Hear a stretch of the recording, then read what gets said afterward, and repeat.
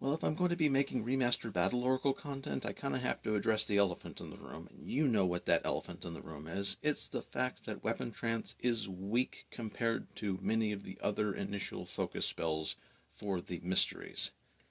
Now, we're just going to put aside the fact that Battle Oracle amongst the mysteries is actually in the top 50% of power and relatively speaking, has fewer dud options than some of the other mysteries. It really only has the one, arguably maybe two, depending on your playstyle.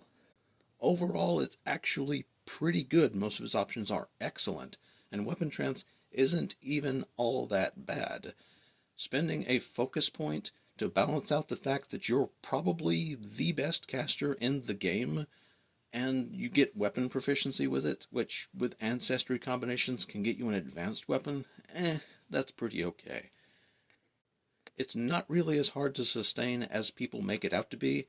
Even if you miss on your turn to sustain it, you have had it for 2 turns, and that's going to be the majority of most fights, as most Pathfinder 2e fights are decided in 3 turns, if not finished in 3. And you can just fall back on spells.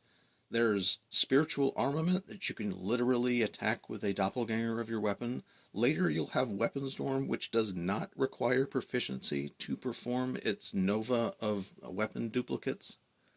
And I'll bring up Bespell Strikes, a pretty bread and butter option for any caster trying to mix spells with their strikes. Casting a non-cantrip spell adds a d6 of damage to all of your strikes done afterwards. Combined with a 1-action focus spell like Weapon Trance, that will provide a 1-action cost to provide a d6 of damage to your strike, being roughly equivalent to a pre-level 10 Vicious Swing fighter feat with a one-handed weapon.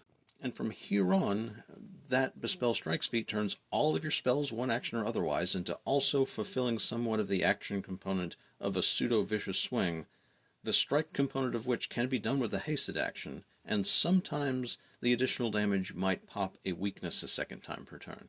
People bring up that you can obsolete Weapon Trance with a single feat, but in doing so you are delaying other things to make an ability you already have slightly less awkward to use. Now you do want to get rid of it before level 12, the level in which you take the feat to gain your Greater Revelation spell, Revel in Retribution, because that is also a focus point spell to give yourself a martial ability, and having 2 of those is a bit heavy on your focus points. But conveniently, right before that, you get a general feat in 11th, and you probably have all the general feats you want, so you aren't delaying anything at that point. There you go.